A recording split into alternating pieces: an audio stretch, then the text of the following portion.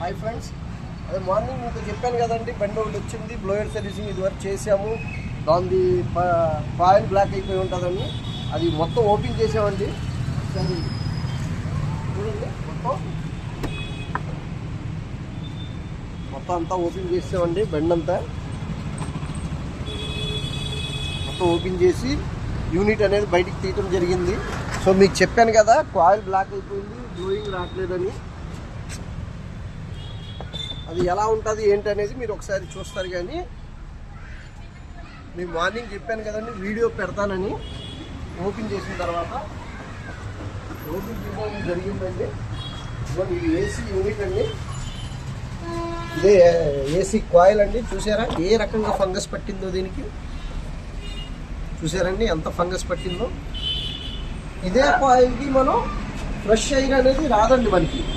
దీన్నే మనం గాలి తీసుకుంటాం, దీన్నే వదులుతామండి. దానివల్ల హెల్త్ ఇష్యూస్ ఎన్ని వస్తాయి అనేది మనం చెప్పవసరం. దీన్నే మనం తీసుకుంటాం, ఎయిర్ దీన్నే వదులుతామండి. ఫ్రెష్ ఎయిర్ అనేది రాదండి.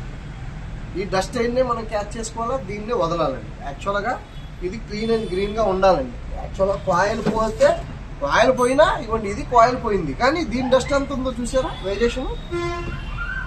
అసలు దీనికి డస్ట్ అనేది ఇది పోయింది కాయిల్ ఏమండి, దీనికి ఇక్కడ లీక్ వచ్చింది. కానీ ఈ కాయిల్ డస్ట్ పట్టిన దానికి దీనికి పట్టిన దానికి వేరియేషన్ చూసారండి. మినిమం మనం ఎయిర్ తీసుకున్నామన్నా మినిమం ఈ రకంగానే ఉండాలి, ఇంత దారుణంగా ఉండకూడదండి. కస్టమర్స్కి మనం చెప్పామనుకోండి, సార్ కాయిల్ బ్లాక్ అయిపోయి ఉంటుంది, క్లీన్ చేసుకోవాలని. కానీ కస్టమర్లు ఏదో మా బెనిఫిట్ గురించి చెప్పారని అనుకుంటారు. ఇది మా బెనిఫిట్ కాదండి, మీ బెనిఫిట్ గురించి చెప్తామండి.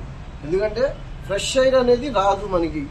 ఇదే ఎయిర్ని మనం తీసుకోవాలా, దీన్నే వదలాలి, ఇదే కూలింగ్ని. కాబట్టి మనం ఇవ్వండి ఈ రకంగా ఉంటుంది. దీని గురించేనే మేము చెప్తామండి, ఎప్పటికప్పుడు బ్లోయర్ సర్వీసింగ్ చేయించుకోండి. ప్రతి 1 ఇయర్కి ఒకసారి లేదా 2 ఇయర్స్కి ఒకసారి అండి.